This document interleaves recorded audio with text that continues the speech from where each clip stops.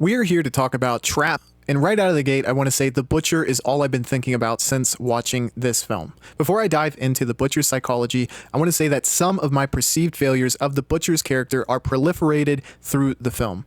M. Night has consistently come up with good gimmicks or premises for films, but falls short of delivering them in a manner that makes them wholly effective. The first 40-ish minutes are exciting, intriguing, and had me locked in, but the last third of Trap nearly became a parody of itself. With all that being said, the good was able to outweigh the bad as far as a viewing experience goes.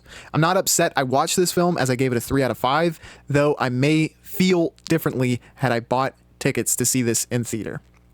I also found one of the neatest aspects, or something that stood out to me, was the love of Butcher for his daughter, which is also paralleled by M. Night Shyamalan's love for his daughter, in that a large portion of the film was his daughter's performance.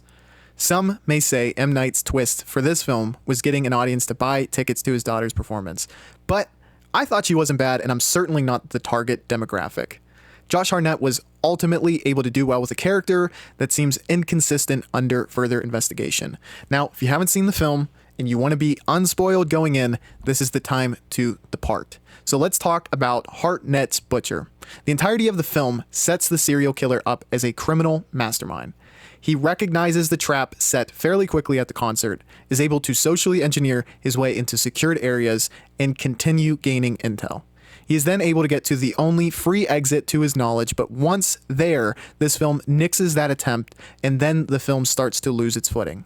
The reveal of Hartnett to Raven, who is Shyamalan's daughter, that he is the Butcher was impactful in the moment, but the cat and mouse game that followed with multiple false finishes felt contrived and kind of flew in the face of what the Butcher had been built up to be at or up to that point in the film.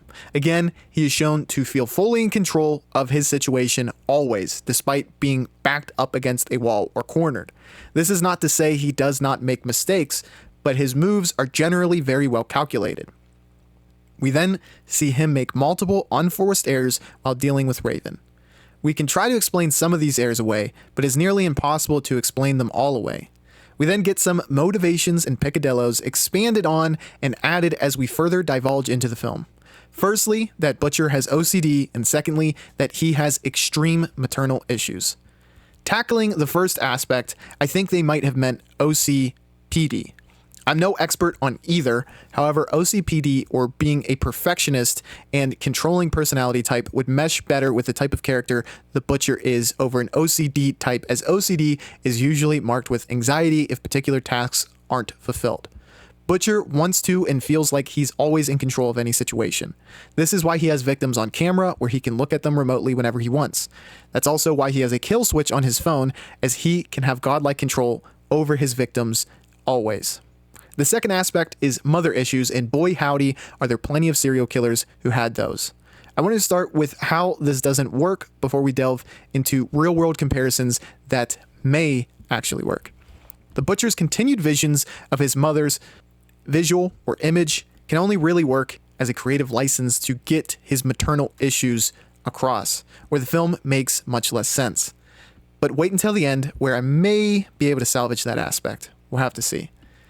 If we're to believe the Butcher has visual hallucinations, then he would be much less orderly as a serial killer. The planning and structure it would take to kidnap people in broad daylight, or I guess we've only had it shown at night, but still, and the spread, or the ability to spread their remains without capture, is not congruent with a schizophrenic murderer. One such example of a schizophrenic murderer is Herbert Mullin. He murdered 13 people in California during the 70s. This was more of a murder spree, as these killings took place over 4 months rather than a serial killer where murders are committed in longer intervals in between. Mullin was convinced that without blood sacrifice, another enormous earthquake would hit California. His means of murdering victims varied from baseball bat to gun and knife, which is to be expected when one is not sexually motivated and rather trying to serve a higher power in their mind, as Mullin was. His victims were just as varied, as they ranged from strangers to people Mullin knew from his past. Let's explore one other schizophrenic killer who was driven by his delusions, that being the vampire of Sacramento, Richard Chase. Now, old Dick Chase was institutionalized multiple times throughout his early adulthood, as was Herbert Mullin, and thought he had to drink and inject blood into his veins because his own was turning into powder.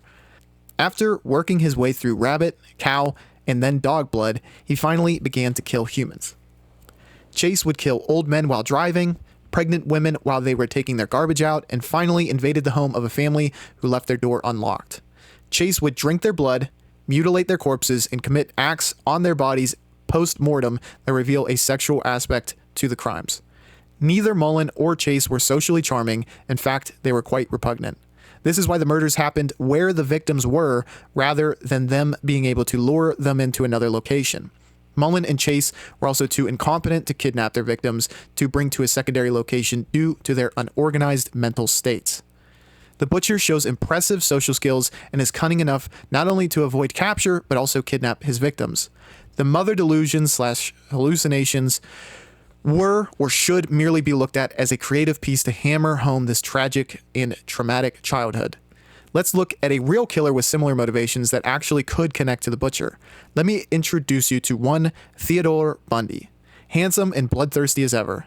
Little known fact about Bundy, but he was an illegitimate son adopted by his grandparents. Bundy only found out about this adoption at age 23, which coincided with the year Bundy first tried to kidnap a victim. I find this illegitimate childhood and the rejection of his college sweetheart, in which only predates the first attempted kidnapping, to be what set Bundy on his path. The two most important women in Bundy's life rejected him in quick succession when you look at when he discovered his mother abandoning him in his mind, or rather when he found out about it. Diane Edwards, his one true love according to Bundy's own journals, fits a remarkable similar physical description to the majority of Bundy's victims. At the end of the day, these crimes are sexually motivated, but it's almost as though he's enacting revenge or trying to capture his mother/Diane vicariously through these victims. Bundy was very charming, handsome to many, and able to escape custody and police multiple times, even killing more victims after his final escape. Bundy matches the butcher most closely as personality and potential motivations go. Both cold, remorseless killers who are cunning and master manipulators. Where the comparison falls apart, however, is the victimology, as the butcher's last victim was male, or last would-be victim was male. Serial killings that are not completely driven by delusions are nearly always sexually motivated. The strong need for control puts the butcher strongly in the power control killer type, which is tied to sexual gratification during the murder or post-mortem. When we examine the relationship between Hartnett and his wife, the idea that the butcher is gay becomes more obscured. What further refutes this is that we are given insight to a body of the butcher had killed and left under a bridge who is female. Listen, if you made it this far, then I know you are obsessed with films as I am, so please subscribe and hit that bell icon. Before completely writing off the schizophrenic angle, let's explore one other possibility that could potentially work, and he is maybe the most iconic murderer in pop culture. He's inspired the Texas Chainsaw Massacre, Psycho, and aspects of Silence of the Lambs, and it's none other than Eddie Gein. Gein was both a chronic schizophrenic and someone who had deep-seated issues with his mommy. He wasn't a serial killer, as he falls short of the tally of 4 that would meet the definition, and he is also considered more of a grave robber than a bloodthirsty murderer, but we can use the way he inspired Psycho to help M. Night Shyamalan's case. Norman Bates seemingly had a similar psychological trigger, in that his murders were to please his dead mother, which fits the butcher.